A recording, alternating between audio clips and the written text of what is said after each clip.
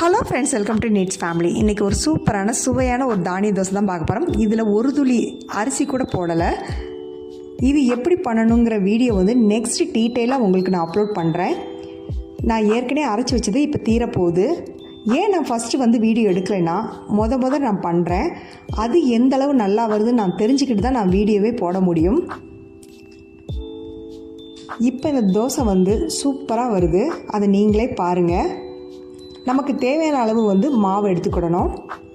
அந்த மாவில் ஒரு ஸ்பூன் அளவுக்கு நான் உப்பு போட்டுக்கிறேன். தோசை பதத்துக்கு அதில் தண்ணியை ஊற்றி நம்ம கலந்துக்கலாம். மெதுவாக கலந்து விட்டுருவோம். இப்போ உங்களுக்கு தோசை நைட் சுட போகிறீங்கன்னா காலையிலே ஊற வச்சு புளிக்க வச்சுருங்க மாவை. அதே மாதிரி மார்னிங் நீங்கள் சுட போகிற மாதிரி இருந்துச்சுன்னா நைட்டே கரைச்சி வச்சுருங்க மாவை. அப்போ தான் கொஞ்சம் புளிப்பு இருந்தால் தான் நல்லாயிருக்கும். அதுக்காக ரொம்பவே புளிக்க வச்சிடக்கூடாது.